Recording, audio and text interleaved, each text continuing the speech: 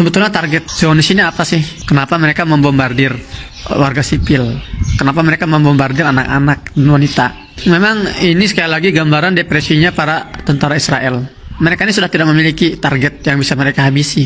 Mereka mau mentarget para pejuang, ya para pejuang punya sistem keamanan sendiri, nggak bisa disentuh.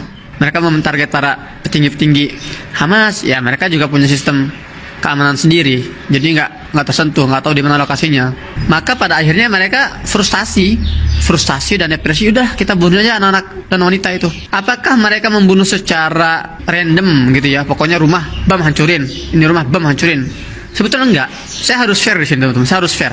Kita sebagai seorang jurnalis Muslim, kita harus fair dalam menyajikan sebuah informasi. Sebetulnya yang disasar oleh para jajah tempur Israel ini para pejuang Gaza atau setiap anak-anak muda yang punya afiliasi dengan gerakan perjuangan di Gaza, atau, nah di sini parahnya nih, atau mereka sengaja mentarget kerabat, anak-anak, wanita, entah itu ibu, bibi, dan juga adik, kakak, pokoknya ini kotornya penjahat ini kotornya penjajahin teman-teman. Di sinilah biadabnya. Jadi karena mereka ini nggak bisa mengakses keberadaan para pejuang, jadi mereka membunuhin keluarga-keluarga mereka.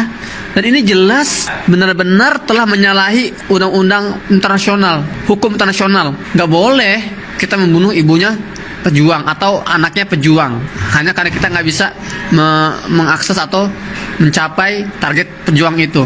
Nah itu yang sedang terjadi di Gaza hari ini. Jadi mereka itu, para penjajah ini ingin memberikan efek jerak untuk setiap keluarga yang berpikir untuk memasukkan anak-anaknya ke dalam barisan para pejuang. Ini parah banget sih. Jadi gini contohnya, saya kasih contoh nih. Misalnya taruhlah namanya Umar ini pemuda 24 tahun. Jadi dia misalnya bergabung dengan Brigade Ezdin Al-Qassam sudah 3 tahun misalnya ya. Nah jadi ketika pertempuran terjadi, Umar ini sudah di standby, sudah disiagakan oleh komandannya, oleh penanggung jawabnya di satu pangkalan tertentu untuk misalnya menghalau kalau ada serangan darat melalui jalur timur gitu ya misalnya. Jadi Umar ini berada di satu tempat yang tersembunyi yang tidak diketahui oleh musuh.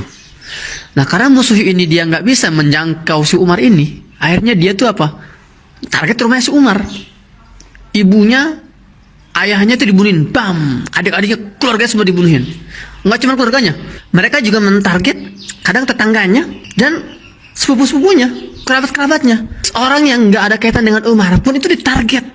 Jadi mereka ingin memberikan pesan kepada masyarakat Gaza, jangan kalian coba-coba mendaftarkan anak kalian atau membiarkan mereka bergabung dengan kelompok ini. Hei kalian, kalau kalian punya tetangga yang bergabung dengan kelompok ini, maka hati-hati kalian akan jadi target. Jadi separah itu, sebiadab itu tindakan mereka. Itu sudah di luar nalar itu. Jadi mereka itu berusaha untuk apa? Untuk membuat para pejuang ini seperti apa ya istilahnya? Patah semangat gitu ya. Sedang berjuang di depan, di garis depan, sedang berhadapan-hadapan dengan musuh, dan mendengar kabar semua keluarganya meninggal. Makanya kalau kita lihat polanya teman-teman, serangan-serangan udara Zionis ini ketika membombardir sebuah wilayah, itu dia membombardir satu gedung penuh. Jadi satu gedung itu biasanya ada 10 sampai 12 flat, hancur semua. Setiap flat, setiap rumah itu ada sekitar 7-8 orang.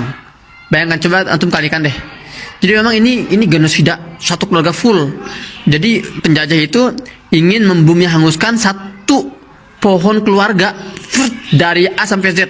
Makanya banyak di Gaza ini keluarga ini udah jadi nggak ada lagi kerabat sama sekali.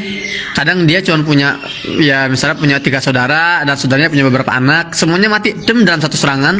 Akhirnya dia sudah sebatang kara. Sebatang kara ini bukan hanya nggak punya ayah, nggak punya ibu ya, saudaranya juga meninggal, adik kakaknya meninggal, sepupunya meninggal, ponaknya meninggal. Tuh banyak kasus di Gaza itu.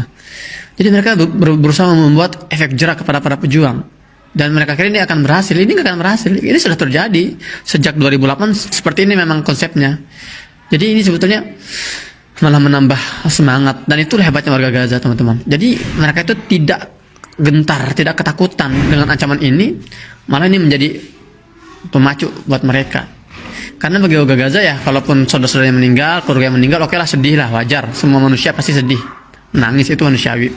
Tapi setelah itu mereka akan berpikir secara logis, ya Masya Allah, ayah saya sudah tenang, sudah aman di surga insya Allah Ta'ala. ya sebagai syuhada, tidak perlu lagi hidup di dalam blokade, tidak perlu lagi hidup di bawah bayang-bayang terorisme penjajah, tidak perlu lagi kesulitan mencari makanan, mencari obat-obatan di dunia. Jadi seperti itu, dan itu yang harus diyakini oleh kita sebagai umat muslim.